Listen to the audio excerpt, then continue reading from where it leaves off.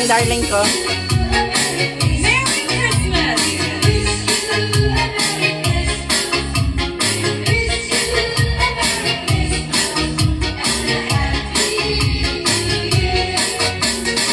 Nagwapo sa akong asawa.